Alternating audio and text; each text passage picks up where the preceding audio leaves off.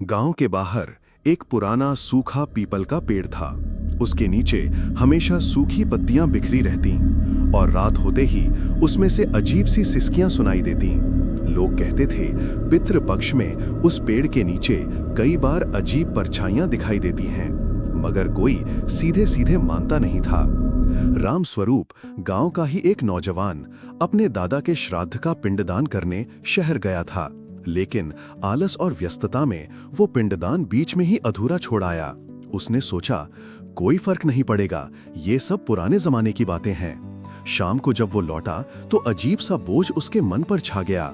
घर में सब ठीक था, लेकिन आंगन में रखा तुलसी का चौरा बिना हवा के ही कांप रहा था।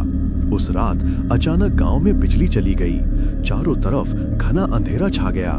कुत्ते लगातार भौंक रहे थे और दूर कहीं उल्लू की आवाज गूंज रही थी।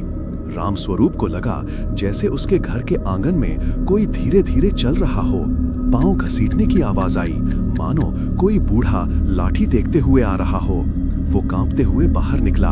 आंगन में अंधेरा गाढ़ा था, मगर पीपल के पेड़ की ओर से धुआं सा उठ रहा था। धुएं में उसे अपने दादा की झुकी हुई परछाई नजर आई।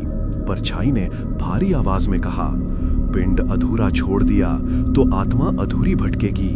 अब तू भी चैन से नहीं सो पाएगा। राम स्वरूप कांप उठा, भागकर दरवाजा बंद कर लिया, लेकिन खिड़की के बाहर से खुरदुरी उंगलियों की खटखटाहट होती रही, कभी धीमी कभी तेज। पूरी रात खिड़की हिलती रही और वही फुसफुसाहट आती रही, पिंड पूरा कर, पिंड पूरा कर। रात गहरी होती गई। अचानक उसके कमरे का दिया अपने आप बुझ गया। अंधेरे में उसे लगा जैसे कोई ठंडी हवा उसके कानों में सांस ले रही हो। उसने हिम्मत करके खिड़की से झांका। बाहर मिट्टी में उसके दादा के पैरों के गहरे निशान बने थे।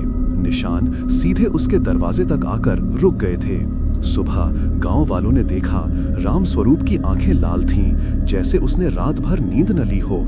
उसके गले पर हल्के हल्के उंगलियों के निशान थे, जैसे किसी ने दबोचने की कोशिश की हो। उस दिन के बाद से गांव में एक कहावत चल पड़ी, कनागत में श्राद्ध अधूरा न छोड़ो, वरना पितर सपनों में नहीं सजीव रूप में दरवाजा खटखटाएंगे। अभी तो ये एक कहानी थी, असली डर तो आगे है। चैनल सब्सक्राइब कीजिए और रहिए तैयार।